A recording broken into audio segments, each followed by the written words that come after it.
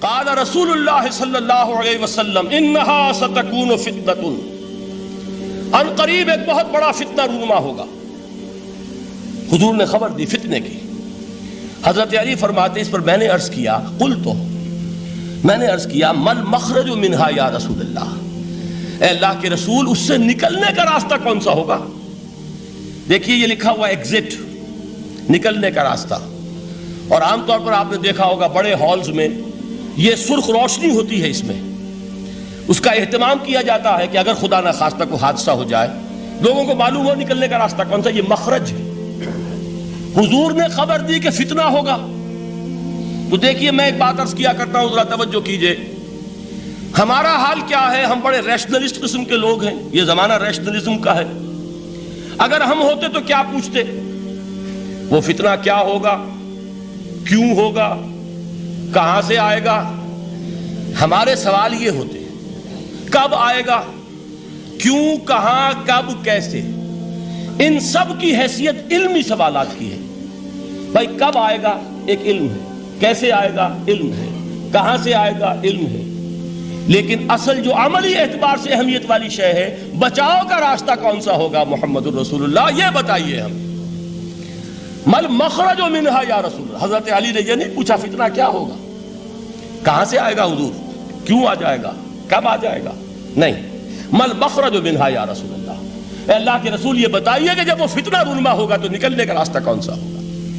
اس کا جواب ہے، ارشاد فرمایا محمد رسول اللہ نے، کتاب اللہ، اللہ کی کتاب ہے وہ مخرج، یہ کتاب ہے کہ جس کو تھامو گے تو فتنوں سے محفوظ رہو گے۔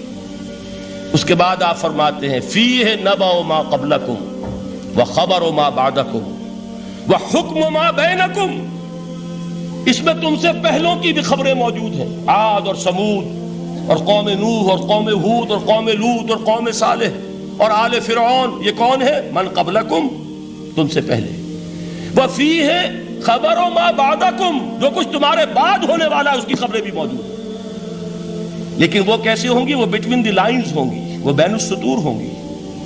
ان کے لیے انسان کو، آپ کو معلوم ہے کہ عبارت میں سطور ہوتی ہیں اور ایک درمیان میں ہوتا ہے، ان کے کچھ لکھا ہوا نہیں ہوتا۔ You have to read between the lines. قرآن میں بعد میں آنے والے حالات بھی درج ہیں، لیکن اس طرح نہیں جیسے کہ پچھلے حالات درج ہیں۔ اس کے لیے ذرا ان ڈیپتھ پونڈرنگ اوور، غور و فکر اور تدبر کی ضرورت ہوگی۔ وَحُکْمُ مَا بَيْنَكُمْ، اور جتنے اختلافات تمہارے اندر پیدا ہوں گے تا قیام قیامت، ان سب کا فیصلہ بھی اس کتاب میں موجود ہے۔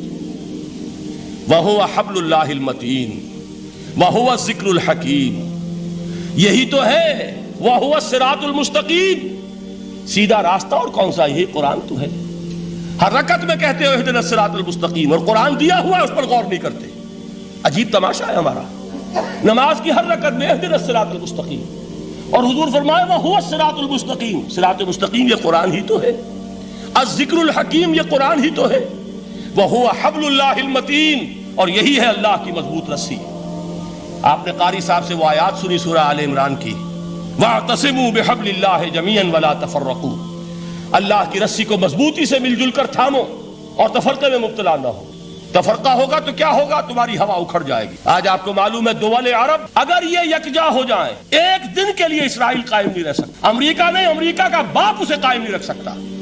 اگر امت عرب ہی جمع ہو جائے، عالم اسلام تو بڑی شے ہے، جو وسائل ان کے پاس ہیں، جو اللہ تعالیٰ نے ان کو نعمتیں عطا فرمائی ہیں، لیکن افتراق، انتشار، اختلاف، جتھے بندی، گروہ بندی، دھڑے بندی، اس نے اسرائیل کا خنجر ان کے سینے میں پیوست کیا ہوا، اس لیے کہ فَتَذْهَبَ رِيحُكُمْ، اگر تم اختلاف کرو گے تو تمہاری ہوا اکھڑ جائے گی۔ آج وہ ہوا اکھڑ چکی ہے۔ تو فرمایا وَاعْتَصِمُوا بِحَبْلِ اللَّهِ جَمِيعًا وَلَا تَفَرَّقُوا، اللہ کی رسی کو مضبوطی کے ساتھ مل جل کر تھامو اور تفرقے میں مت پڑو۔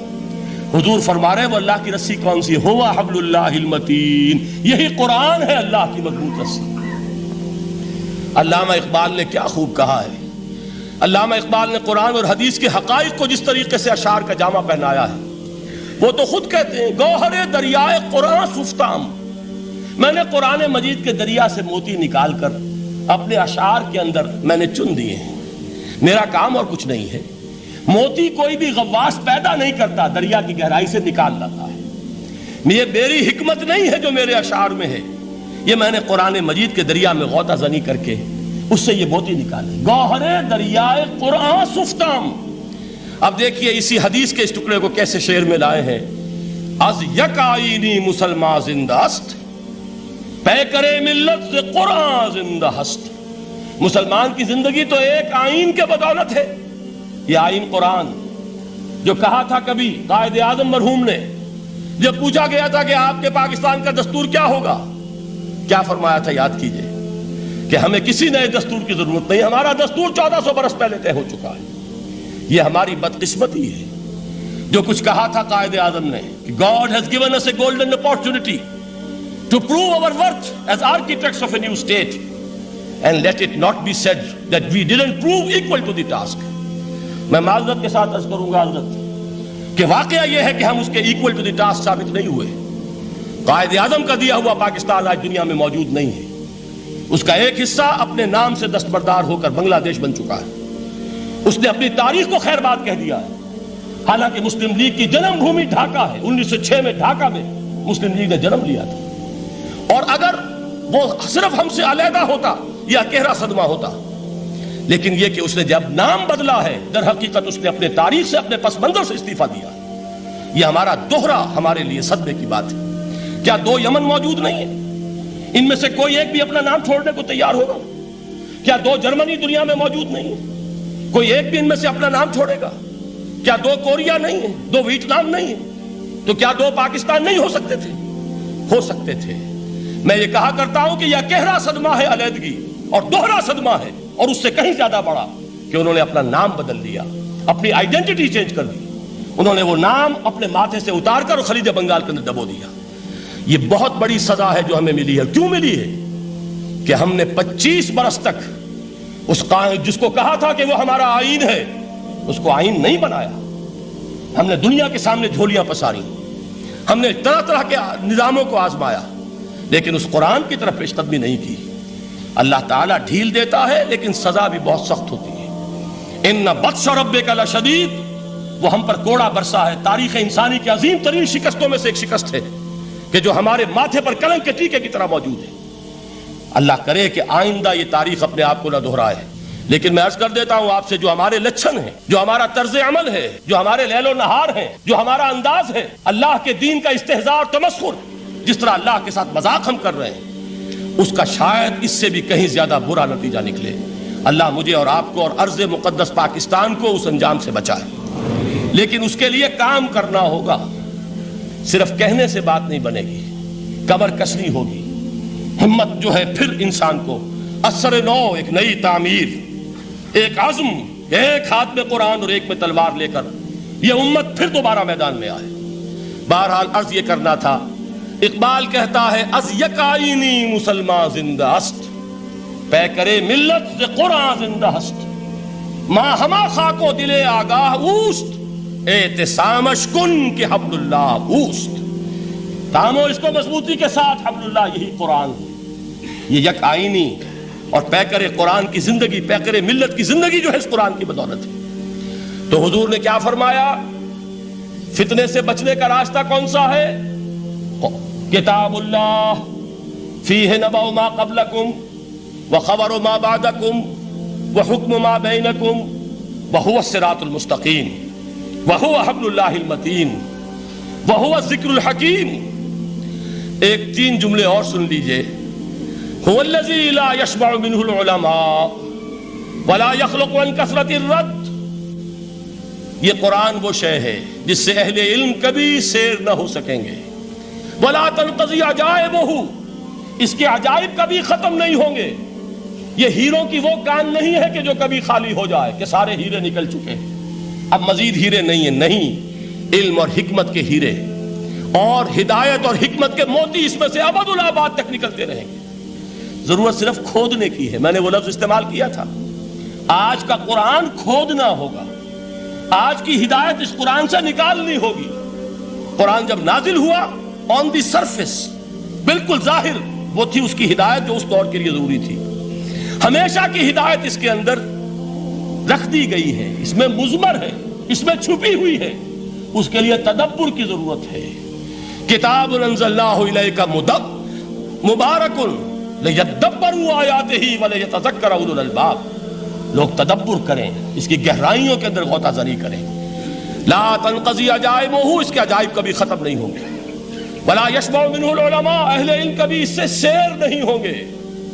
آپ کو سخت بھوک لگی ہوتی ہے اور کھانا کھانے کے تھوڑی دیر کے بعد اب آپ کا ہاتھ رک جاتا ہے، سیر ہو گئے، بہترین کھانا ہے لیکن نہیں کھا سکتے۔ اگر عام حالات میں وہ آتا تو کبھی نہ چھوڑتے، لیکن اب وہ آپ کا میزبان کہہ رہا کچھ اور لیجیے، تناول فرمائیے ذرا، یہ بھائی نہیں میں اب بھر چکا، یہ آپ کہتے ہیں کہ نہیں؟ حضور فرمائے یہ قرآن وہ شے نہیں ہے جس سے اہل علم کبھی سیر ہو سکے، ان کی پیاس بڑھتی چلی جائے گی، ان کے اندر quest of knowledge, search for wisdom بڑھتی چلی جائے، کبھی بھی انسان یہ محسوس نہیں کرے گا کہ مجھے جو لینا تھا میں لے چکا، بلکہ یہ کہ جیسے جیسے قدم آگے بڑھیں گے تہذیب کے، تمدن کے، علم کے، اتنے ہی قرآن جو ہے وہ آگے بڑھتا چلا جائے گا ہر دور کی رہنمائی کے لیے۔ لا تنقضی عجائبہ ولا یخلق عن کثرت الرد، بار بار کے پڑھنے سے اس پر بوسیدگی طاری نہیں ہوگی۔ دنیا کی اور کتابیں ہیں، ایک دفعہ پڑھ لیں گے، 2 دفعہ پڑھ لیں گے، 3 دفعہ پڑھ لیں گے، 4 دفعہ پڑھ لیں گے، پھر جی نہیں چاہے گا۔ لیکن یہ کتاب وہ ہے، امام شافعی کا میں واقعہ آپ کو سناتا ہوں۔ وہ یہ کہتے ہیں کہ ایک مرتبہ میرے ذہن میں یہ سوال آ گیا کہ اجماع کے لیے بھی قرآن مجید میں کوئی سند ہے، دلیل ہے؟ سب مانتے ہیں کہ اجماع جو ہے سورس ہے قرآن کے اسلامی قانون کی، جس پر کہ امت کا اجماع ہو جائے۔ تو کہتے ہیں میں نے 300 مرتبہ قرآن پڑھا اول سے آخر تک، صرف اس دلیل کی تلاش میں۔ 300 مرتبہ مجھے نہیں ملی، 301ویں مرتبہ جب پڑھ رہا تھا مجھے روشنی مل گئی۔ وہ یبتغی غیر سبیل المومنین کے جو الفاظ آئے ہیں، نولہ ما تولی ونصلہ جہنم، جو کوئی شخص مسلمانوں کے راستے کو چھوڑ کر کوئی اور راستہ اختیار کرے گا ہم اسے اسی کے حوالے کر دیں گے اور جہنم میں پہنچا دیں گے۔ معلوم ہوا مسلمانوں کا جس پر اجماع ہو جائے اس کو بھی ایک سند حاصل ہے، یہ مسلمانوں کا مجمع علیہ ایک راستہ ہے، اس کو بھی ایک سند اور دلیل کی حیثیت حاصل ہے۔ آپ کے علم میں ہوگا کہ اس وقت دنیا کی کل آبادی سمجھی جاتی ہے 6 ارب یعنی 600 کروڑ، اس میں کم سے کم 120 کروڑ مسلمان ہیں امت مسلمہ۔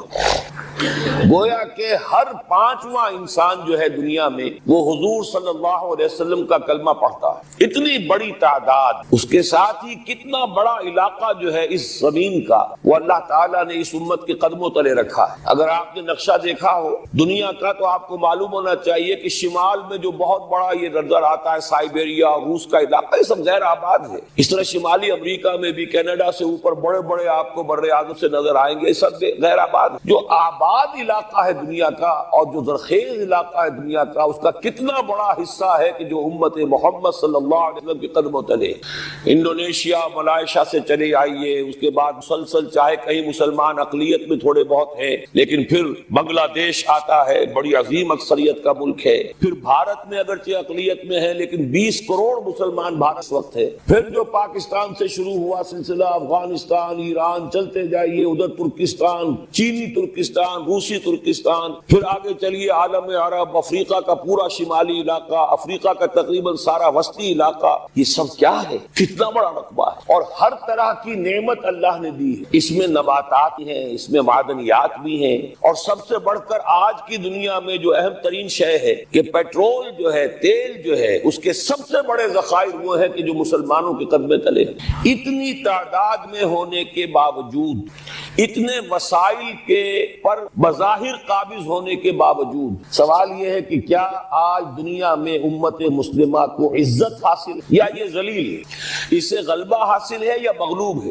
اسے کوئی دنیا میں وقار حاصل ہے یا یہ بالکل بے وقار ہو کر رہ گئی؟ یہ بات ہے جو ہمارے سمجھنے کی ہے آج کیوں ذلیل کہ کل تک نہ تھی پسند، گستاخی فرشتہ ہماری جناب۔ اس وقت صورت یہ ہو چکی ہے، آپ کو معلوم ہے کہ ہر جگہ پر پسماندگی کا نشان مسلمان ہے۔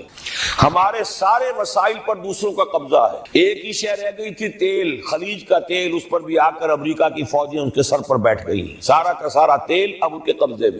ادھر خلیج کے دہانے کے دونوں طرف وہ اپنے مورچے بنا رہے ہیں تاکہ یہاں کسی کا داخلہ نہ ہو سکے۔ بڑے بڑے جتنے لوگ ہمارے ان سب کی دولت ان کے پاس ہے۔ کہنے کو تو سلطان اور برونائی دنیا کا امیر ترین آدمی ہے، لیکن دولت ہے کہاں اس کی؟ انویسٹڈ تو وہی ہے، اسی کے بینکوں میں ہے، انہی کی کمپنیوں میں ہے۔ کسی کے پاس کچھ نہیں ہے. سعودی عرب کے کوئی ڈالرز ہیں تو کہاں ہیں؟ جیسے شہنشاہ ایران کا جو اثاثہ تھا، سرمایہ تھا، جو سارا کا سارا انہوں نے جو ہے وہ فریز کر لیا. تو یہ دولت تو ساری وہی ہے. کہنے کو ہے کہ آپ کے اکاؤنٹ میں اتنا روپیہ ہے، لیکن سوال یہ کہ وہ اکاؤنٹ فی الواقع کس کے قبضے میں؟ پھر آپ کو معلوم ہے کس طریقے سے مسلمانوں کے ساتھ سلوک ہو رہا ہے. ہر جگہ پر جہاں چاہے جس طرح چاہے انہیں ستا لیں. اور ان میں بھی سب سے بڑھ کر جو بات میں آپ سے کہوں گا، آج دنیا میں جتنے بڑے پیمانے پر محمد عربی صلی اللہ علیہ وسلم کی توہین و تذلیل ہوئی ہے، پوری انسانی تاریخ میں نہیں ہوئی. رشدی نے کتاب لکھی، بدترین حملے کیے. کیا رنگیلا رسول کتاب تھی جو لکھی تھی کسی ہندو نے، جس کو کہ ایک مسلمان نے پھر خنجر بھونک کر اور ہلاک کر دیا تھا. وہ تو کچھ بھی نہیں تھی. اس کتاب کو رنگیلا رسول کو 100 سے ضرب دیجئے تو یہ کتاب بنتی ہے سیٹنک ورسز، اور وہ ملینز نہیں بلینز کی تعداد میں شائع ہوئی. اس کے خلاف احتجاج اگر کسی نے کیا ہے تو ان کے اوپر جوتے پڑے ہیں، ان پر ڈنڈے پڑے. پوری مغربی دنیا اس کے پیچھے آ گئی ہے، سپورٹ کیا ہے. لے دے کے ایک ملک نکلا ایران، اس نے کم سے کم یہ کہ اس کے قتل کا فتویٰ تو دیا، لیکن کیا کرے، قتل کرنے کی تو نوبت نہیں آئی. پورا عالم عیسائیت اس کی پشت پناہ ہے، اس کی مدد کر رہا ہے. یہ اتنی بڑی توہین محمد رسول اللہ صلی اللہ علیہ وسلم کی اور آپ کی ازواج مطہرات، اور یہ بظاہر ایک ایسے شخص کے ہاتھوں جس کا نام مسلمانوں کا سا ہے، اس کا اتنا بڑے پیمانے پر ہونا. اور پھر یہ کہ مسلمان 120 کروڑ ہونے کے باوجود کچھ نہیں. میں وہ چیزیں نہیں گنوانا چاہتا کہ 15 لاکھ جو ہیں وہ ہمارے افغان بھائی جو ہیں انہوں نے جانے دی. فائدہ کس کو پہنچا؟ تاحال امریکہ کو، کہ اس کی جو مد مقابل قوت تھی USSR وہ ختم ہو گئی. اسی طریقے سے جو کچھ کشمیر میں ہو رہا ہے، ہماری بے حمیتی بے غیرتی کا عالم یہ ہے. ہم کچھ اندر خانے تھوڑی بہت کو مدد کر کے سمجھتے ہیں کہ ہم نے فرض ادا کر دیا، جبکہ فرض تو یہ ہونا چاہیے تھا کہ ہم براہ راست اعلان کرتے اور انڈیا کو الٹیمیٹم دیتے کہ اسٹاپ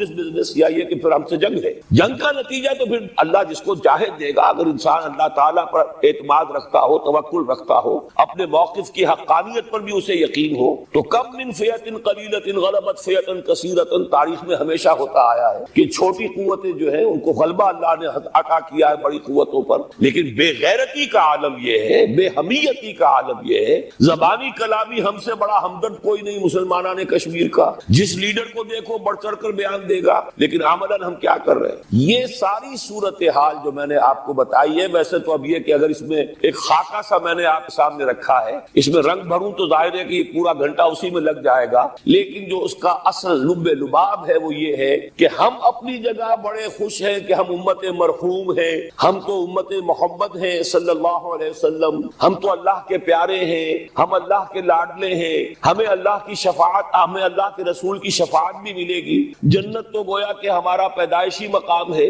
یہ سارے جو بھی ہمارے ذہنوں کے اندر ہے خیالات، اور یہ جو ہمارے من گھڑت عقائد ہیں، آپ سوچئے کہ جب ہم جو آبجیکٹیو کنڈیشنز ہیں، گیون کنڈیشنز ہیں، جو سامنے کے حالات ہیں، ان سے جب تقابل کرتے تو معاملہ بہت مختلف ہے. یہ کیوں ہے؟ اصل میں سوال جب تک آپ اپنے سامنے نہیں رکھیں گے اس کا جواب جو ہے اب اس پر غور کیجئے کیوں ہے. کیا اللہ تعالیٰ کو محمد الرسول اللہ کی عزت و حرمت پیاری نہیں ہے؟ کیا محمد الرسول اللہ اللہ کے پیارے نہیں ہے، حبیب رب العالمین نہیں ہے؟ کیا اللہ تعالیٰ کو کفار سے زیادہ محبت ہے؟ کیا وجہ ہے؟ رحمتیں ہیں تیری اغیار کے کاشانوں پر اور برف گرتی ہے تو بیچارے مسلمانوں پر. سائنس میں وہ آگے ہیں، مالیات پر ان کا شکنجا کسا ہوا ہے پوری دنیا پر، تہذیب ان کی ہے، تمدن ان کا ہے، ہم تو ان کے کیمپ فالوورز ہیں، نقش قدم پر چل رہے ہیں، ہم تو ان کی صرف یہ کہ نقالی کر رہے ہیں. تو سوچئے وجہ کیا ہے؟ کیا اللہ کو کفر زیادہ پسند ہے اسلام؟ کیا اللہ کو محمد الرسول اللہ صلی اللہ علیہ وسلم کی عزت و حرمت کا کوئی خیال نہیں؟ چھوٹی بات ہے. ظاہر بات ہے کہ ان سوالات کا جواب تو ہاں میں آپ نہیں دے سکتے، یقیناً ایسا نہیں ہے. بہرحال وہ کافر ہیں، وہ اللہ کو نہیں مانتے، اللہ کے رسول کو نہیں مانتے. چلیے اللہ کو کسی نام سے مان لیا، گاڈ کہہ دیا، لیکن اللہ کے رسول کو تو نہیں مانتے. ایمان کا سارا دار و مدار تو رسالت پر ہے. اللہ کے اس کلام کو تو نہیں مانتے، اور اس کے باوجود ان کے لیے عزت ہے. رحمتیں ہیں تیری اغیار کے کاشانوں پر، برف گرتی ہے تو بیچارے مسلمانوں پر. یہ ایک لمحہ فکریہ ہے، یہ سوچنے کی بات ہے کہ ایسا کیوں ہے. اس کا جو جواب میں آپ کو دوں گا وہ ذرا سا کڑوا جواب ہے. نوارا تلخ ترمیزن چو ذوق نغمہ کم یاد. بات کہنی پڑتی ہے، جب تک کہ کڑوی بات کہی نہ جائے، حقائق کو دیکھنے کی جرت پیدا نہ کی جائے، مواجہہ نہ کیا جائے، فیکٹ کو فیس نہ کیا جائے، اس وقت تک بات صحیح نہیں ہوگی، اور نہ ہم صحیح تشخیص کر سکیں گے، نہ صحیح تجویز کی طرف ہمارا ذہن منتقل ہوگا. میں بہت سخت بات کہہ رہا ہوں. آج آسمان کے نیچے اس زمین پر عذاب الہی میں گرفتار امت مسلمہ ہے۔ بالفعل آج ہم امت مرحومہ نہیں ہیں، رحمت والی امت نہیں ہے، امت معذبہ ہے۔ آج ہم پر اللہ کا عذاب، وہ کیوں ہے؟ دیکھیے اللہ کا قانون یہ ہے، اور یہ اللہ کی سنت ہے۔ میں نے اپنی ایک کتاب میں اس پر مفصل بہت مضمون لکھا ہے، قرآن کا قانون عذاب۔ ایک عذاب تو آیا کرتا تھا ان قوموں پر جن کی طرف اللہ رسول بھیجتا تھا، انا ارسلنا نوحا الی قومہ۔ اگر رسول کی بات مان لی تو قوم کے لیے بہت خوشحالی ہے، مبارکباد ہے، اللہ کی رحمتوں کے سائے ہیں، اور نہیں مانی تو بربادی ہے، تباہی ہے، خاتمہ۔ پوری قوم نوح غرق کر دی گئی، پوری قوم عاد ختم کر دی گئی، حضرت ہود کو نہیں مانا، پوری قوم سمود ختم کر دی گئی، حضرت صالح کو نہیں مانا، عمورہ اور صدوم کی بستیاں ختم کر دی گئی، حضرت لوط کو نہیں مانا، آل فرعون غرق کر دیے گئے، حضرت موسیٰ کو نہیں مانا، مدین کے علاقے کو تباہ کر دیا گیا، حضرت شعیب کو نہیں مانا۔ یہ بات سمجھ میں آ گئی؟ لیکن جب سے نبوت اور رسالت کا سلسلہ ختم ہوا، اس قسم کا عذاب اب دنیا میں نہیں آ سکتا۔ وَمَا كُنَّا مُعَذِّبِينَ حَتَّى نَبْعَثَ رَسُولًا، ایسا عذاب ہم نہیں بھیجتے رہے جب تک کہ رسول کو نہ بھیج۔ رسول آ گیا، اس نے حق کو بیان کر دیا، بات کو کھول کھول کر مبرہن کر دیا، ہر چیز واضح کر دی، کوئی مغالطے کا امکان نہ رہا، جاء الحق وزهق الباطل، ہر شے جو ہے دودھ کا دودھ، پانی کا پانی جدا ہو گیا۔ اب بھی جس نے نہیں مانا تو معلوم ہوا اس میں کوئی خیر نہیں ہے، اب خیر کا فقدان ہے۔ تو اس قوم کو جیسے کہ آپ باغ کے اندر جھاڑو دے کر جب کوئی آندھی چلے تو پتے گرے ہوئے ہوتے ہیں، ان پتوں کو ایک جگہ جمع کر کے دیاسلائی دکھا دیتے ہیں تاکہ یہ پتے جو ہیں یہاں پر بدزیبی کا ذریعہ نہ بنے، تو پوری قوم ہلاک، کالم یغنو فیہا، ایسے ہو گئے جیسے تھے ہی۔ یہ عذاب اب نہیں آئے گا، اس لیے کہ آخری نبی آخری رسول محمد الرسول اللہ صلی اللہ علیہ وسلم۔ اب آج جو عذاب آتا ہے، دیکھیے کافروں کے لیے عذاب اصل میں آخرت میں ہے، دار العذاب دار الجزا، وہ تو آخرت ہے، یہ تو دار الامتحان ہے۔ اب جو عذاب آتا ہے وہ اس قوم پر جو ہو تو حامل کتاب الہی، شریعت خدا بندی کی کسٹوڈین، اللہ کے رسول کی نام لیوا، اس کے ساتھ عشق کا دعویٰ کرنے والی، عمل اس کے برعکس ہو۔ حالانکہ اللہ نے اگر اسے وہ مقام دیا، اللہ نے اس کی طرف رسول بھیجا اور اسے رسول کے امتی بننے کا شرف عطا کیا، اسے اپنا کلام دیا، کتاب دی، اسے اپنی شریعت، تو کس لیے؟ تاکہ اس پر خود بھی عمل کریں، اسے دوسروں تک بھی پہنچائیں۔ وہ گویا کہ اس روئے ارضی پر وہ امت، وہ قوم اللہ کی نمائندہ قوم ہوتی ہے، ریپرزنٹیٹو ہوتی ہے۔ اے انسانوں، ہمارے پاس ہے تمہارے خالق اور مالک اور پروردگار کا قانون، ہمارے پاس ہے اس کی ہدایت، ہمارے پاس ہے اس کی کتاب، ہمارے پاس ہے اس کے رسول کا اسوہ۔ آؤ ہماری طرف، ہمیں جانچو، ہمیں پرکھو، ہمیں دیکھو، ہم واقعتاً اسی کتاب کے مطابق چل رہے ہیں نا؟ دیکھ لو، ہم جو کہتے ہیں وہی کرتے ہیں نا؟ وہی بات تو نہیں ہے کہ لما تقولون ما لا تفعلون کبر مقتا عند اللہ ان تقولوا ما لا تفعلون۔ آؤ دیکھو، ہم نے اس کتاب کے مطابق، اللہ کی ہدایت کے مطابق کیسا اچھا معاشرہ بنایا ہے، کیسا انصاف ہے، کیسا امن ہے، کیسا بھائی چارہ ہے، کیسی اخوت ہے۔ آؤ دیکھو ہمارے ہاں تقسیم دولت کا نظام کتنا صحیح ہے۔ ایسا نہیں ہے کہ کوئی جو ہے اسے دولت کی بدہضمی ہو رہی ہو اور کوئی وہ ہے کہ جو بھوکا مر رہا ہو، ایسا نہیں ہے۔ دیکھو ہمارے ہاں انسانی شرافت، انسانی عزت، انسانی پریسٹیج اور انسان کی حقوق۔ لا علی ظہر الارض بیت غبر ولا مدر الا ادخلہ اللہ کلمۃ الاسلام بعز عزیز وذل ذلیل اما يعزهم الله فيجعلهم من اهلها او يذلهم لها فيجدون لها۔ یہ ہے حدیث احمد بن حنبل، اور حضرت مقداد فرماتے پھر میں نے کہا اچھا تب تو ہو جائے گی وہی بات، ويكون الدين كله لله، دین کل کا کل اللہ کے لیے ہو جائے گا۔ حدیث کا ترجمہ یہ ہے کہ حضرت حضور نے فرمایا روئے کوئی اینٹ گارے کا بنا ہوا گھر رہے گا، نہ کوئی ان کے بالوں کے بنے ہوئے کمبلوں کا خیمہ رہے گا جس میں اللہ تعالیٰ کلمہ اسلام کو داخل نہ کرے۔ لیکن یہ داخلہ کیسے ہو؟ بعز عزیز وذل ذلیل، یا صاحب عزت کے اعزاز یا مغلوب کی مغلوبیت، یعنی یا تو اللہ تعالیٰ ان کا اعزاز فرمائے گا اور وہ کلمہ اسلام کے خود قائل ہو جائے۔ جب گھر والا خیمے والا اسلام لے آئے گا تو اسلام اس کے گھر میں داخل ہوگا، اس کو بھی عزت، وللہ عزت ولرسولہ وللمؤمنین، عزت تو حق ہے اللہ کا، اس کے رسول کا اور اہل ایمان۔ اور اگر وہ اسلام نہیں کرے گا تو یجزیۃ عن ید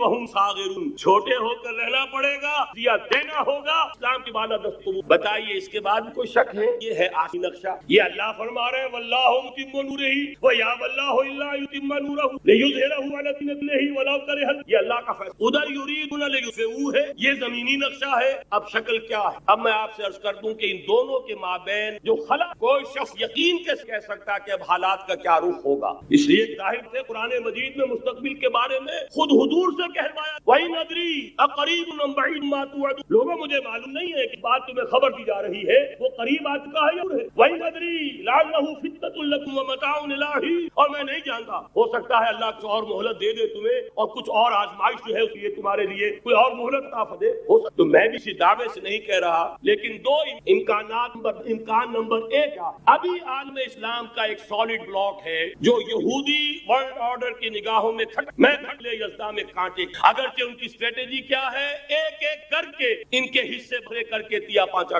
ابھی وہ بلاک کون سا ہے؟ ایران ہے، افغانستان ہے، پاکستان ہے اور روسی ترکستان سے آزاد ہونے والی جو ریاستیں ہیں، یہ ایک سالڈ، یہ عجمی مسلمان ہے، عربی نہیں عربی گئے، یہ نوٹ کر، اس لیے کہ عربوں کو اللہ نے فضیلت تھی، محمد میں سے تھے صلی اللہ علیہ وسلم، یہ روپے بلند براج کو مل گیا، لیکن ساتھ ہی اللہ نے دھمکی بھی دے دی تھی سورہ محمد میں ان تتولوا یستبدل قوما غیرکم، اگر تم پیٹھ دکھا دو گے اس مشن کو جو ہم نے تمہارے حوالے کیا ہے، تمہیں ہٹائیں گے، کسی اور کو لے آئیں۔ اور یہ بات ہوتی ہے 13 صدی عیسوی میں 1258 جب سقوط بغداد ہوا ہے، عربوں کے ہاتھ سے عالم اسلام کی قیادت چھین لی۔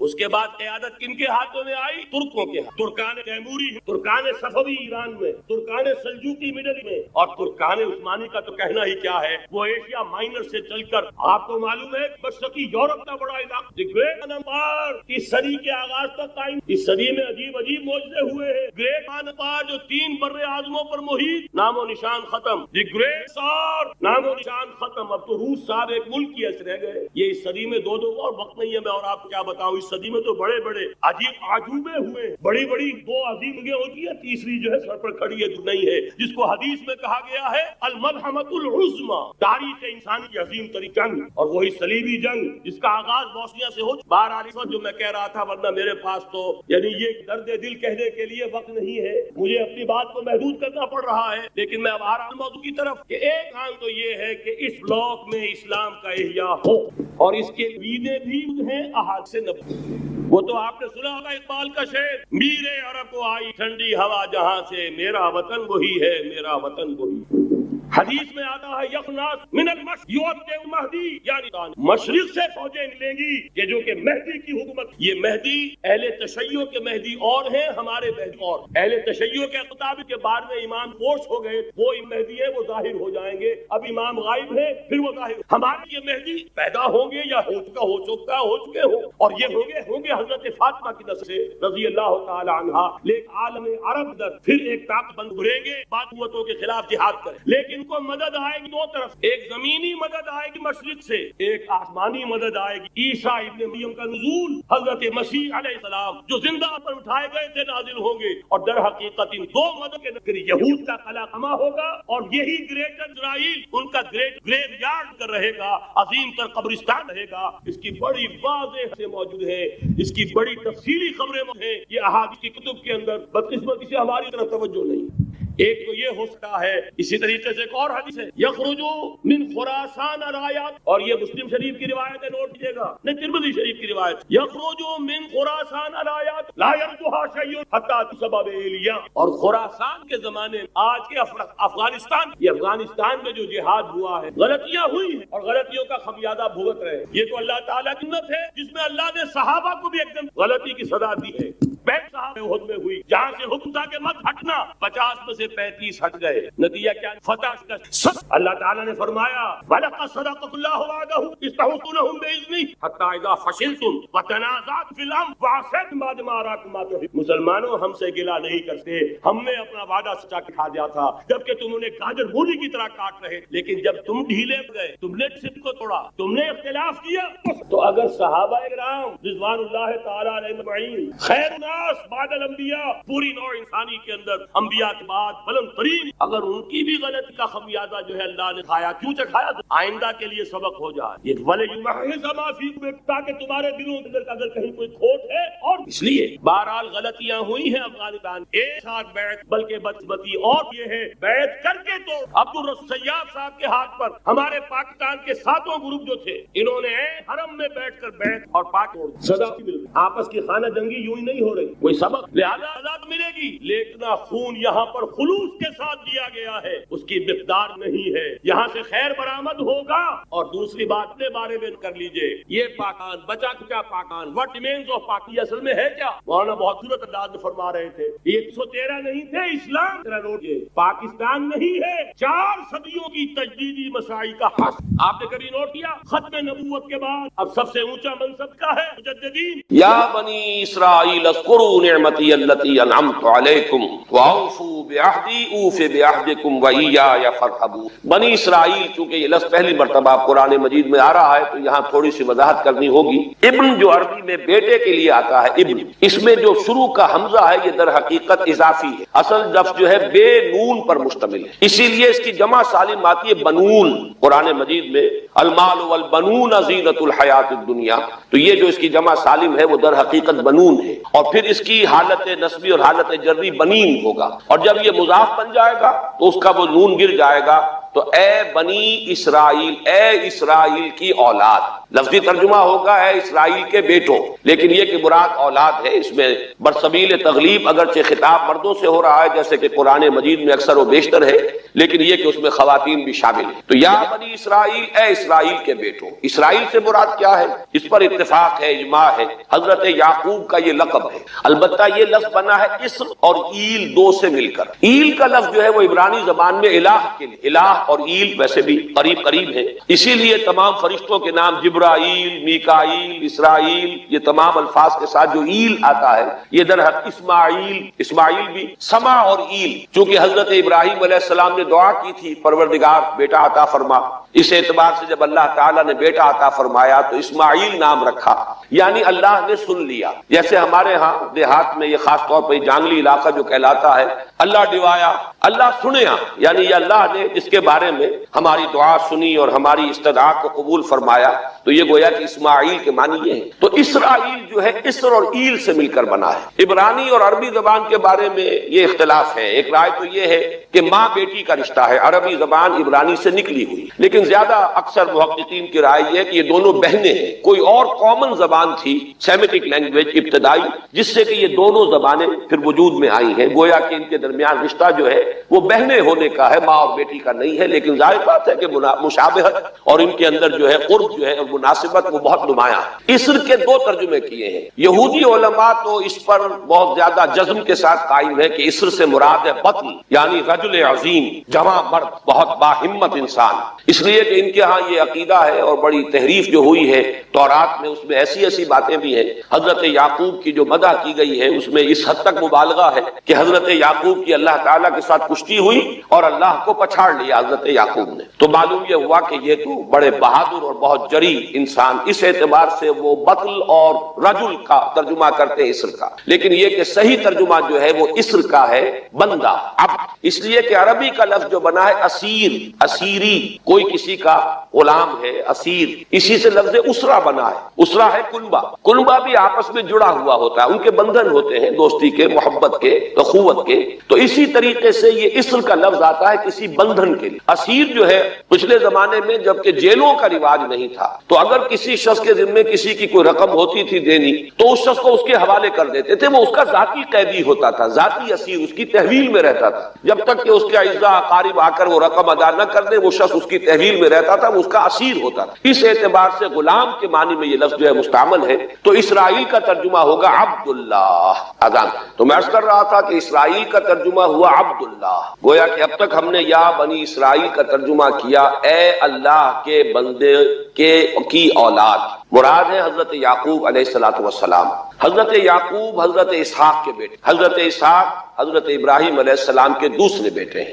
حضرت ابراہیم کو پہلا بیٹا اللہ نے عطا فرمایا اسماعیل، اسی لیے میں عرض کر چکا ہوں سما اور ایل سے مل کر بنا ہے۔ جو دعا کی تھی انہوں نے، اس دعا کا پہلا جواب جو ملا ہے اللہ تعالیٰ کی طرف سے، اس کی مقبولیت کا جو ظہور ہوا وہ حضرت اسماعیل کی شکل۔ پھر یہ کہ حضرت سارہ کو بھی اللہ تعالیٰ نے اولاد دی اور حضرت اسحاق پیدا ہوا۔ اس وقت یہ جو بشارت دی گئی ہے قرآن مجید میں متعدد مقامات پر آگے چل کر آئے گا کہ حضرت سارہ کے ہاں بھی اولاد ہونے کی جو بشارت حضرت ابراہیم علیہ السلام کو فرشتے دینے آئے تھے، اسی میں یہ بھی تھا کہ نہ صرف یہ کہ تمہیں ایک بیٹا عطا ہوگا بلکہ اس کے بعد پوتا بھی عطا ہوگا، گویا کہ ایک بہت جلیل القدر پوتا۔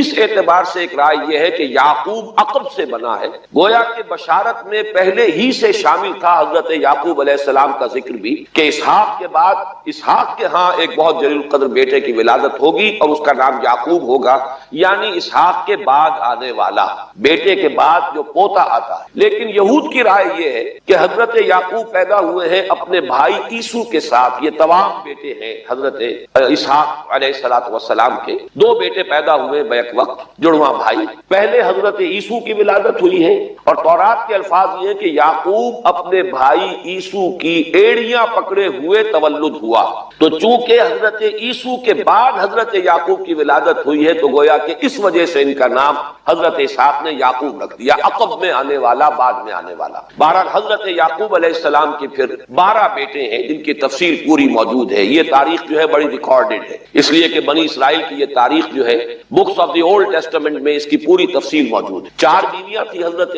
یعقوب علیہ السلام کی جن سے 12 بیٹے ہوئے، 3 بیویوں سے 10 بیٹے تھے اور سب سے چھوٹی بیوی سے 2 بیٹے تھے حضرت یوسف اور بنیامین، اور ان دونوں سے حضرت یعقوب علیہ السلام کو بڑی محبت تھی۔ حضرت یوسف سے چونکہ یہ تاریخ شروع ہوتی ہے اس اعتبار سے کہ انہیں ان کے بھائیوں نے کنویں میں ڈالا، پھر اللہ تعالیٰ نے وہاں سے ان کے نکلنے کا سامان کیا، پھر مصر پہنچایا، پھر مختلف مراحل سے گزار کر انہیں وہاں ایک بہت اونچی پوزیشن تک پہنچایا، تو حضرت یوسف علیہ السلام سے اس اعتبار سے ان کی تاریخ شروع ہوتی ہے۔ 1906 قبل مسیح میں حضرت یوسف علیہ السلام کی پیدائش ہے، جہاں تک صحیح اندازہ کیا جا سکا ہے۔ یوں سمجھئے کہ آج سے تقریباً 4000 سال قبل یہ حضرت یوسف کی پیدائش ہے، اور حضرت یوسف پڑ پوتے ہیں حضرت ابراہیم کے۔ ان میں اگر آپ 200-250 سال کا اور اضافہ کریں تو آج سے کوئی 4,2500 سال قبل کی شخصیت بنتے ہیں حضرت ابراہیم علیہ السلام۔ حضرت یوسف کے زمانے میں پھر جیسے کہ وہ تفصیل سورہ یوسف میں آئے گی، یہ پورا خاندان آ کر کنعان میں تھے لیکن وہاں سے آ کر مصر میں آباد ہو گئے۔ مصر میں ان کا بڑا اعزاز ہوا، اکرام ہوا۔ اس کے خاص حالات تھے کہ مصر میں اس وقت جو بادشاہت تھی وہ اصل مصر کے لوگوں کی نہیں تھی، بلکہ یہ بھی سیمیٹک لوگ تھے جو جا کر جنہوں نے عراق وغیرہ کے علاقے سے ہی جا کر انہوں نے فتح کیا تھا مصر کو، لہذا انہیں فرعون نہیں کہا گیا قرآن مجید میں، وہ فرعونہ کا خاندان نہیں ہے بلکہ وہ تاریخ میں ہکسوس کنگز کہلاتے، تاریخ مصر میں وہ 15واں خاندان کہلاتا ہے وہاں کے بادشاہوں کا، 15th ڈائنیسٹی۔ اور یہ چونکہ لوکل نہیں تھا اس لیے ان کو فرعون نہیں کہا جائے گا بلکہ یہ ہکسوس کنگز چرواہے بادشاہ تھے کہ جو عرب کے ان علاقوں سے آئے تھے جزیرہ نما سے، اور وہاں سے وہ چرواہے تھے۔ ان کا تو پیشہ ظاہر بات ہے صحرا میں کیا ہوتا ہے، بھیڑیں بکریاں پالنا، لیکن انہوں نے آ کر مصر کو فتح کیا، وہاں ان کی بادشاہت ہو گئی۔ محسوس ایسا ہوتا ہے کہ ایک سیاسی پہلو موجود تھا، وہ جو بادشاہ مصر نے جس طریقے سے اعزاز کیا ہے حضرت یوسف علیہ السلام کا، پھر جو اختیار دیا، جو اقتدار دیا، جو ان کو حیثیت دی، پھر انہیں اجازت دی کہ اپنے پورے خاندان کو بلا لیں، اور پھر مصر کا بہترین جو زرخیز ترین علاقہ تھا وہ انہیں عطا کر دیا کہ یہاں آباد ہو جاؤ۔ جشن کا علاقہ، یا گوشن بھی کہتے ہیں، جشن بھی کہتے ہیں۔ یہ جو نائل کا ڈیلٹا ہے کہ جو جا کر آپ کو معلوم ہے کہ دریا جو ہے جب بہت سی شاخوں میں تقسیم ہو جاتے ہیں سمندر میں گرنے سے قبل، تو وہ ڈیلٹا جو ہے زرخیز ترین علاقہ ہوتا ہے۔ آرٹیفیشل اریگیشن کے اور نظام تو تھے نہیں، جہاں دریا ہی چھوٹی چھوٹی نہروں کی شکل اختیار کر لے وہاں گویا کہ وہ فطری طور پر جو ہے بڑے وسیع رقبے کے اندر اریگیشن ہو سکتی ہے۔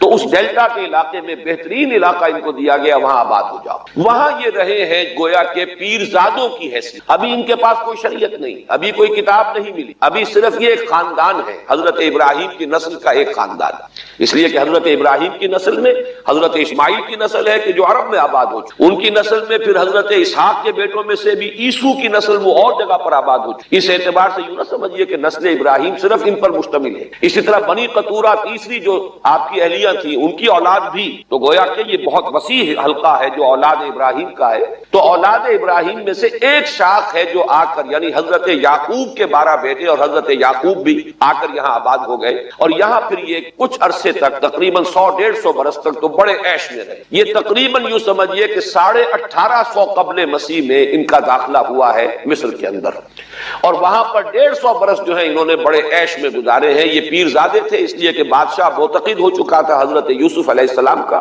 اگرچہ یہ تو ثابت نہیں ہوتا کہ وہ ایمان لایا ہو حضرت یوسف علیہ السلام پر, اس کا کوئی ثبوت نہیں, لیکن معتقد تھا. اور ان کی نیکی کا, پارسائی کا, شرافت کا, ذہانت کا, صلاحیتوں کا اعتراف پوری قوم کو تھا. جس طریقے سے کہ انہوں نے اس ملک کی جو نیا ہے اس کو جس طرح پار لگایا ہے, وہ شدید ترین قحط کا جو ایک دور آیا اس میں سے, اور جتنا بہترین انتظام کیا اس کی بنا پر ان کی صلاحیتوں کے سب معترف تھے.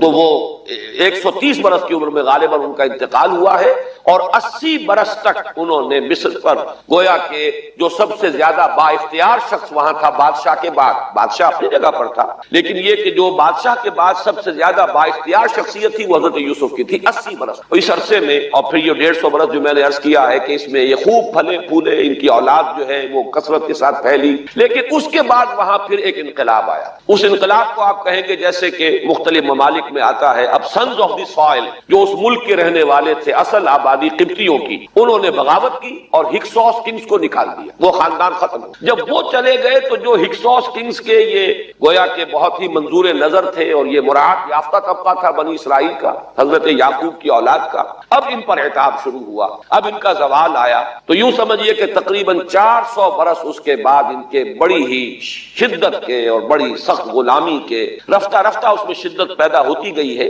لیکن یہ ہے کہ یہ 400 برس اس لیے کہ پھر 1300 قبل مسیح میں 550 برس بعد پھر ان کا ایکسوڈس ہوا ہے مصر سے, جب حضرت موسیٰ علیہ السلام کو اللہ تعالیٰ نے مبعوث فرمایا. پھر حضرت موسیٰ علیہ السلام ان کی نجات کا ذریعہ بنے, اور پھر مصر سے لے کر وہ انہیں نکلے ہیں. معجزانہ انداز میں ہی سمندر کو پھاڑ کر ان کے لیے اللہ نے راستہ بنایا ہے, قدم قدم پر معجزوں سے ان کی تائید کی ہے. کھانے پینے کے لیے صحرائے تیہ میں کچھ نہیں تھا تو من و سلوہ دیا ہے, پانی پینے کے لیے نہیں تھا تو ایک ضرب سے چٹان میں سے 12 چشمے جو ہے اللہ تعالیٰ نے بہا دیے کہ 12 قبیلے ہیں آپس میں لڑے نہ, کہیں پانی پینے پلانے پہ جھگڑا اور کہیں گھوڑا آگے بڑھانے پہ جھگڑا. قبائلی زندگی میں یہ بڑا سینسیٹیو ایشو ہوتا ہے, لہذا قد علم کل اناس مشربہم, ہر قبیلے کے لیے ایک گھاٹ معین ہو گیا, تمہارا چشمہ یہ ہے, تمہارا چشمہ یہ ہے. ایک ضرب سے 12 چشمے پھوٹ گئے. پھر انہیں وہاں کوہ طور کے قریب پڑاؤ ڈال کر ان کو وہاں چھوڑ کر حضرت موسیٰ علیہ السلام جو ہے اللہ تعالیٰ کی طلبی پر کوہ طور پر گئے ہیں, وہاں تورات عطا ہوئی. تو تورات کے عطا کیے جانے کے بعد اب سمجھیے کہ اب ان کی حیثیت ایک امت کی بن گئی, کتاب پر امت کی تشکیل. یہ امت مسلمہ قرآن مجید کی بنیاد پر امت, جب یہ کتاب دی گئی ہے اس کی بنیاد پر ایک شریعت دی گئی ہے, کتاب دی گئی ہے, کتاب ہدایت ہے, تو اس نے امت کی شکل اختیار کی. یہی وجہ ہے کہ لفظ امت جو ہے قرآن مجید میں صرف مکی صورتوں کے اندر, مدنی صورتوں میں استعمال ہوا ہے. کنتم خیر امت اخرجت للناس سورہ آل عمران میں, کذالک جعلناکم امۃ وسطا لتکونوا شہداء علی الناس ویکون الرسول علیکم شہیدا, یہ سورہ بقرہ میں آگے چل کر آ جائے گا. تو اصل میں جیسے تشکیل امت جو ہوئی ہے وہ در حقیقت مدنی دور میں آ کر ہوئی ہے جبکہ شریعت عطا کی جا رہی. اسی طریقے سے یہ ایک خاندان تھا حضرت ابراہیم کی نسل کی ایک شاخ, اس نے امت کی حیثیت اختیار کی ہے جبکہ صحرائے تیہ میں جب ان کا قیام تھا اور اس صحرائے سینا میں, اور وہاں پر پھر حضرت موسیٰ علیہ السلام کو تورات دی گئی اور شریعت دی گئی, تب سے یہ امت ہے. اور یہ ہے 1300 قبل مسیح, 610 عیسوی میں. اب سمجھیے 1300 وہ جمع کیجئے, 610 یہ جمع کیجئے, 1910 برس بعد پھر حضور صلی اللہ علیہ وسلم پر قرآن مجید کی وحی کا آغاز ہوا, اور 622 میں حضور نے ہجرت فرمائی, اور اس کے بھی کوئی 2 سال یا 1 سال کے بعد جو ہے یہ آیات نازل ہو رہی ہیں جو ہم اس وقت پڑھ رہے ہیں. تو یہ سارا جو ہے تاریخی پس منظر ذہن میں رکھیے کہ یہ تقریباً 2000 برس کی تاریخ جو ہے ان کی بحیثیت امت. ویسے تو ان کی تاریخ اگر شروع کریں گے بنی اسرائیل تو حضرت یعقوب سے شروع ہونی چاہیے, اور وہ اس سے زیادہ ہو جائے گی طویل, لیکن در حقیقت امت کی حیثیت سے ان کی تاریخ 2000 برس کی شمار ہوگی کہ 1300 قبل مسیح میں جب ہجرت کی ہے حضرت موسیٰ علیہ السلام نے اپنی قوم کو لے کر مصر سے، اور جب صحرائے سینا میں آئے ہیں، سینائی پیننسولا میں، اور پھر کتاب ملی ہے، تورات عطا کی گئی، شریعت عطا کی گئی، تب سے اس کا امت کی حیثیت سے آغاز ہوا۔ ایک بات اور نوٹ کر لیجئے، ان کو امت مسلمہ کیوں نہیں کہا گیا؟ اس کے لیے اس کا ایک سبب ہے۔ در حقیقت امت مسلمہ کا لفظ یا خیر امت یا امت کا لفظ جو ہے اس موجودہ امت کے لیے اس لیے استعمال کیا گیا ہے کہ یہ امت کسی ایک نسل پر مشتمل نہیں، یہ امیین اس کے نیوکلیس ہے، لیکن یہ کہ ہر نسل کے لوگ اس میں آ کر شامل ہوئے ہیں، ہر قوم جو ہے اس میں آ گئی ہے، اس لیے اس کا نام جو ہے وہ صفاتی ہے، امت مسلمہ۔ لیکن چونکہ یہ سابقہ امت مسلمہ ایک ہی نسل پر مشتمل ہے، حضور صلی اللہ علیہ وسلم سے پہلے کسی نبی اور کسی رسول کی بعثت اس کی قوم سے باہر نہیں ہوئی، کسی ایک خاص قوم کی طرف بعثت ہوئی ہے، کسی خاص علاقے کی طرف بعثت ہوئی ہے۔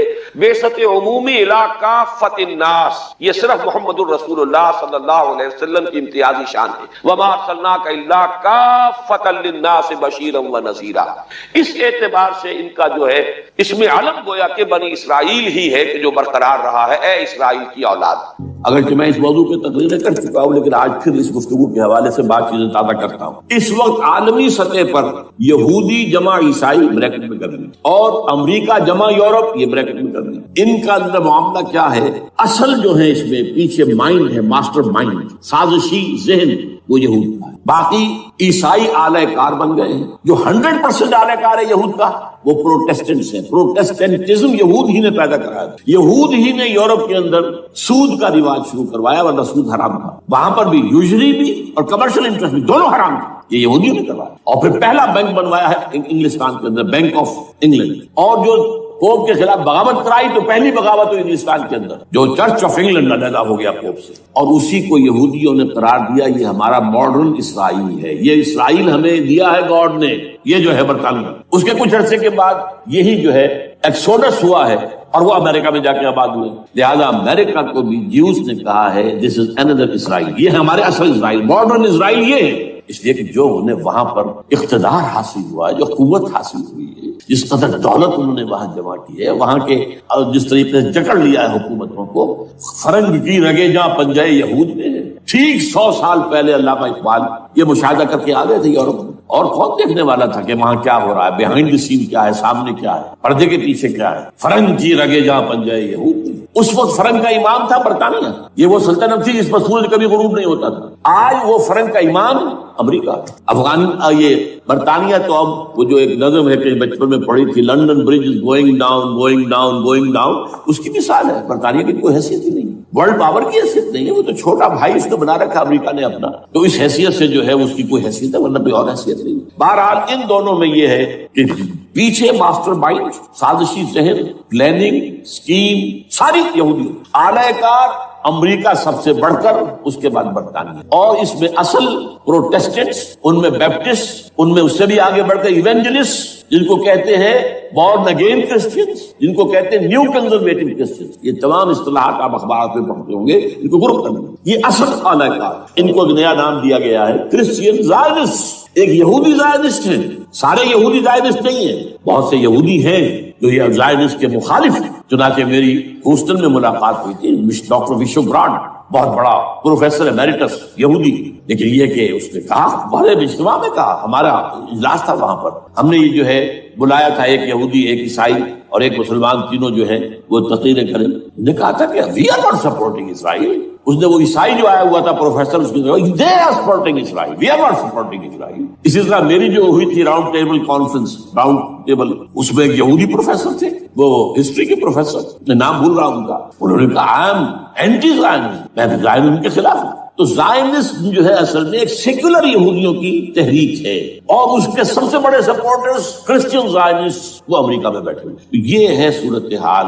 یہ جان لیجئے کیتھولکس جو ہیں یہ اتنے پرو یہودی نہیں ہیں، اب رفتہ رفتہ وہ بھی اس کے اندر آ کر شامل ہو گئے۔ یورپ جو ہے زیادہ کیتھولکس، رومن کیتھولکس کا یہ بھی آپ نے جملہ پڑھ سنا ہوگا کہ یہ جو ترکی جو ہے ہمارا ملک، یہ جو کوشش کرتا رہتا ہے گھسنے کی یورپین یونین کے اندر، تو ایک دفعہ جان شراک نے کہا تھا، بڑا پیارا جملہ تھا، Why doesn't Turkey understand that we are a Christian club?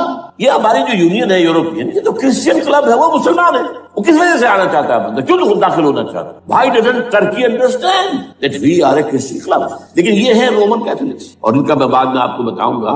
یہی آپ کو معلوم ہے کہ یورپ نے عام طور پر اسرائیل کا اتنا ساتھ نہیں دیا جتنا امریکہ دیتا رہا ہے، اور کسی درجے میں ان کے دلوں میں سافٹ کارنر جو ہے عرب فلسطینیوں کے لیے بھی رہا۔ یہ معاملہ ایران کے بارے میں بھی رہا ہے، جس قدر اسٹرانگ ایکشن امریکہ لینا چاہتا ہے، یہ جو ہے اس کے ساتھ نہیں ہے۔ تو یہ دونوں کا فرق ہے، وہ میں اس کا ایک بنیاد بعد میں بتا دوں گا۔ بہرحال ان کا ایک جو ایجنڈا ہے وہ دو، سمجھیے کہ دو اس کے نکات ہیں، دو رسیوں کے مانند یہ آپس میں بٹا ہوا ہے۔ پہلا، عالم اسلام کے مادی اور مالیاتی وسائل خصوصاً تیل پر قبضہ، یہ ان کا دنیاوی اعتبار سے، دولت کے اعتبار سے، وسائل کے اعتبار سے اس وقت کا ایجنڈا ہے۔ ویسے تو اس سے اوپر وہ چاہتے ہیں پوری دنیا پر، وہ تو بات کی بات ہے، لیکن ابھی نہ وہ روس کو چھیڑ رہے ہیں نہ چین کو چھیڑ رہے ہیں۔ چین تو ان کا سب سے بڑا جو ہے بزنس پارٹنر ہے، سب سے بڑا، اور چین کو رفتہ رفتہ وہ اپنی لائن پر لا رہے ہیں۔ اب تو صرف یہ کہ وہ ایک پارٹی گورنمنٹ وہاں رہ گئی ہے جو کہ کمیونزم کے دور کی یادگار ہے، باقی ان کی جو اکانومی ہے وہ تو آ چکی ہے اسی رخ کے اوپر جو یورپ کی ہے، مغرب کی ہے۔ نمبر دو ایجنڈا کیا ہے؟ دنیا میں کہیں بھی اسلام کے بحیثیت ایک نظام زندگی ظاہر ہونے کا کوئی موقع نہیں دینا۔ We have to nip the evil in the bud at any cost۔ یہ ان کے ایجنڈے کا دوسرا بات، یہ دو ہیں انٹرٹوائنڈ، جیسے آپ لڑیوں کو پٹ دے کر رسی بناتے ہیں، ایسے یہ دو لڑیے ہیں۔ اسلام کا پولیٹیکل سوشو اکنامک سسٹم کہیں نہ آ جائے، ہو نہ جائے آشکارا شر پیغمبر کہیں، یہ ابلیس نے کنکلوڈ کیا، وہ جو ابلیس کی مجلس شورا ہے، ہو نہ جائے آشکارا شر پیغمبر، کہیں ایسا نہ ہو کہ پیغمبر کی شریعت دنیا کے سامنے آ جائے، پیغمبر کا نظام آ جائے۔ الحذر، آئین پیغمبر سے 100 بار الحذر، حافظ ناموس زن، مرد آزما مرد آفری، یہ معاشرت کی نظام ہو گیا۔ موت کا پیغام ہر نوع غلامی کے لیے، نہ کوئی فخور و خاکہ نہ گدائے رہنشی، یہ سیاسی نظام آ گیا، اور کرتا ہے دولت کو ہر آلودگی سے پاک و صاف، منعموں کو مال و دولت کا بناتا ہے امین۔ تم دولت کے امین و مالک نہیں ہو، اور اس سے بڑھ کر اور کیا فکر و عمل کا انقلاب، بادشاہوں کی نہیں اللہ کی ہے یہ زمین، ان الارض للہ، یہ نظام کہیں نہ آ جائے، یہ ہے جس پہ کہ وہ خطرہ محسوس کر رہا تھا۔ اور اس کے بعد یہ کہتے ہیں یہ تو تھا عصر حاضر کے تقاضے، لیکن یہ کہ صورتحال کیا ہے، ہو نہ جائے آشکارا شر پیغمبر کہیں، ہے یہی، یہ معاملہ اس طرح رکھو کہ خود مومن ہے محروم یقین، یہ غنیمت ہے کہ خود مومن ہے محروم یقین۔ ہمیں اگر کوئی سہارا ملتا ہے تو اس سے کہ مومنوں کو بھی، نام نہاد مسلمانوں کو بھی اپنے اس نظام پر یقین ہے، وہ نماز پر یقین رکھتے ہیں، روزے پر رکھتے ہیں، زکوٰۃ کو بھی دو بیج اللہ تعالیٰ نے جس کو توفیق دیتا ہے، حج کرتے ہیں، عمرے کرتے ہیں، یہ ہے سب، لیکن یہ کہ یہ غنیمت ہے، چشم عالم سے رہے یہ پوشیدہ یہ آئین تو خوب، وہ ابلیس کہتا ہے کہ یہ آئین چشم عالم سے پوشیدہ رہنا چاہیے، یہ غنیمت ہے کہ خود مومن ہے محروم یقین۔ ہمارے لیے جو ہے اگر کوئی سانس لینے کی جگہ ہے وہ یہ ہے، حوصلہ افزائی اگر ہے تو اس میں ہے کہ خود مومن محروم یقین ہے، اس کے سامنے وہ راستہ ہے ہی نہیں۔ اب لیجیے یہودیوں کے ایجنڈے کو میں تجزیہ کر رہا ہوں۔ سب سے پہلے world bank, IMF، globalization, TRIPS, ان تمام ہتھ کنڈوں کے ذریعے عالمی مالیاتی استعمار جو بظاہر امریکہ کا ہوگا حقیقت یہود کا ہوگا۔